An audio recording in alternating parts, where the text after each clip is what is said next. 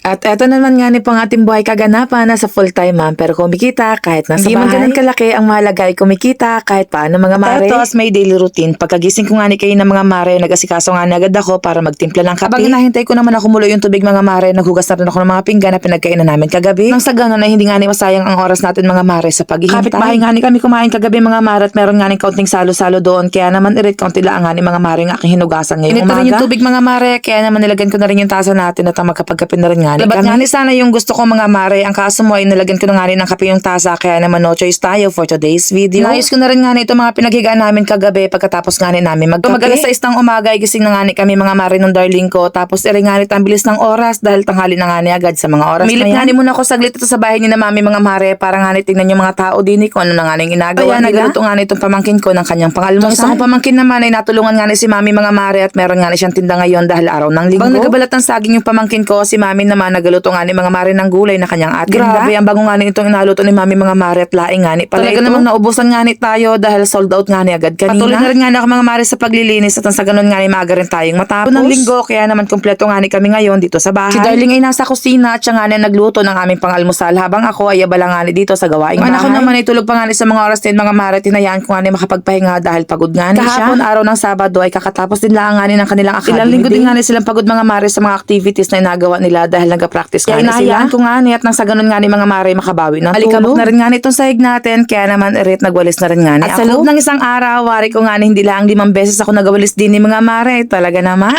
At tinan nyo naman mga mare, ng isang araw lang nga ni tayo naglaba pero tambak na naman nga ni na bahay natin. Kapag araw ng linggo ay hindi nga ni ako nakikisabay sa mga kapatid ko mga mare sa paglalaba. Ayan ko nga ni sila mga mare dahil wala naman tayong maliit na bata. Labadi talaga nila mga mare kapag araw ng Sabado at linggo. Lampas na rin ako pagkatapos ko magwalis mga mare, talaga namang malagkit na rin nga itong sahig natin. Ay napakabilis talaga ng oras mga mare dahil tanghali na nga ni agad sa mga oras na yan. Nagalinis naman ako ay nakaramdam nga ni ng gutom si Mare. Kaya naman ay kumain na nga ni muna ako mga mare. Nauna nang kumain yung darling ko, kaya naman mag-isa nga ni tayong makain for today's video. Kaya naman halika kayo mga mare at sabayan niyo po akong kumain. Pork adobo at fried rice nga ni pala mga mare yung niluto niya. Bago na naman nga ni tayong kumain mag-isa mga mare dahil nasanay nga ni tayo na lagi ko nga ni kasabay yung darling ko habang nakain. Pero no choice si Mare nyo dahil hindi nga ni siya nagpaawat sa kanyang gawain kanina. Ayan at deserve mo kumain mag-isa. Katapos kong kumain, nagsalang na rin nga ako ng sinaing mga mare para mamaya pag mayroong nga ning ginutom dito sa bahay ay makain na lang. Ito lang nga ni mga mare kasimple ang aming buhay dito sa aming probinsya.